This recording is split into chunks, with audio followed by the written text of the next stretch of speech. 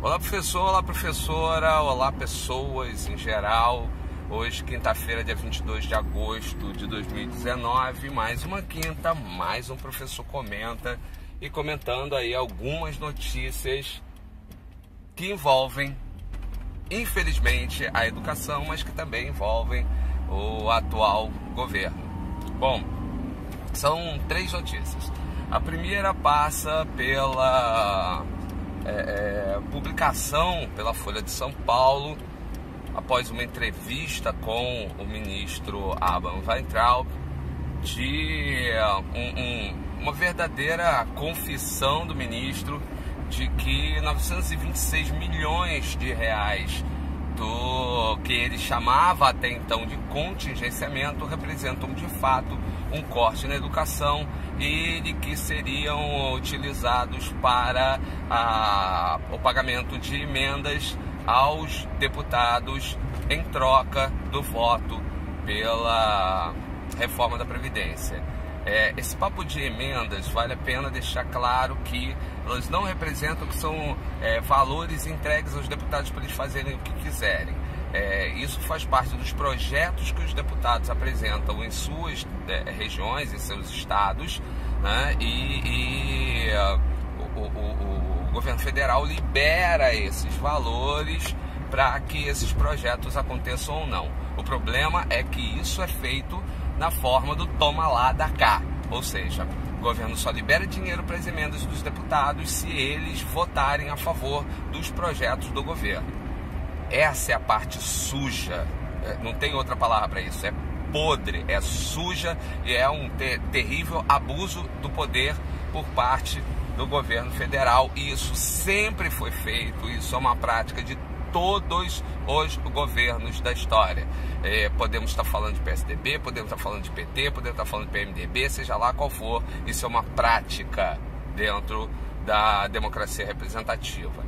Porém, quando você fala em tirar dinheiro de um setor tão fundamental, tão estratégico quanto da educação, para levar, né, para pagar emendas, para aprovar um projeto que não tem nenhuma relação com a educação, realmente o negócio entra num nível de podridão absurdo, tá? Não estranhe o sol na cara porque eu estou indo trabalhar.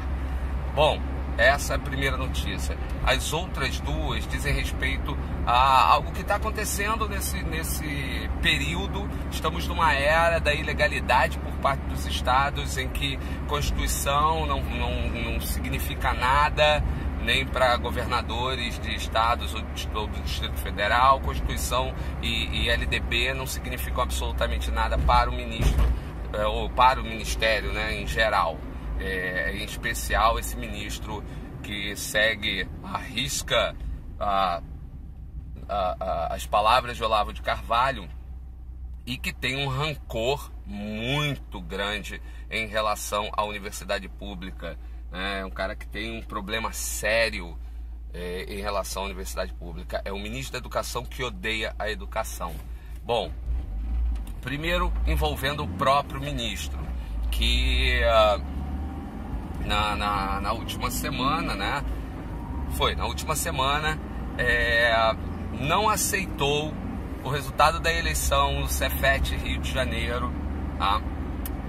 E indicou o que seria um diretor interino, um diretor provisório para a unidade, né? Que foi considerado uma intervenção, então ele foi considerado um interventor por parte da comunidade escolar, do Cefet, e a comunidade escolar impediu o interventor de assumir a direção. Bom, qual é o problema em relação a isso? É aquilo que eu venho falando sobre o ministro Weintraub.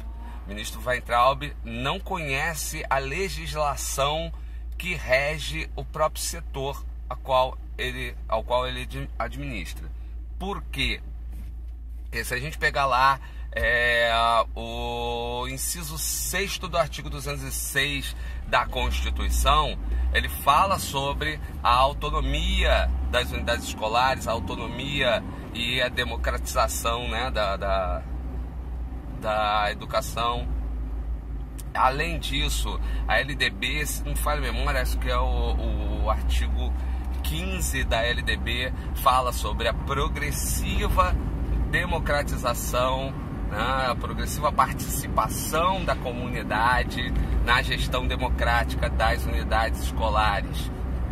Então, ele está passando por cima de duas leis federais em função de seus interesses ideológicos. Novamente é o jogo ideológico, é a guerra ideológica. Dois seguidores de Olavo de Carvalho, dois olavistas, e que tem a educação como principal campo de batalha. Afinal de contas, dentro da educação você consegue fazer duas coisas: você consegue alienar e consegue doutrinar.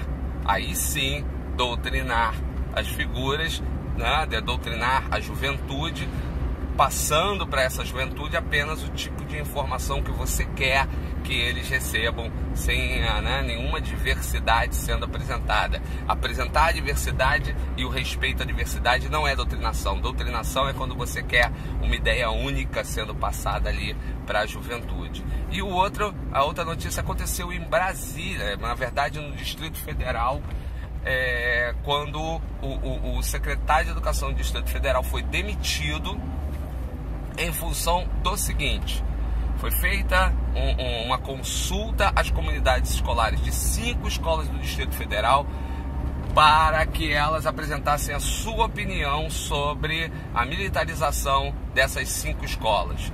Duas comunidades escolares inteiras, e aí a gente está falando de alunos, pais de alunos, decidiram que não queriam a militarização da escola, e mesmo assim o governador do Distrito Federal quis impor essa decisão de militarizar as escolas, passando por cima dos tais artigos que eu citei, né, principalmente do artigo 15º, né, do artigo 15 da Lei de Diretrizes e Bases da Educação, que fala da progressiva gestão democrática e participação das comunidades.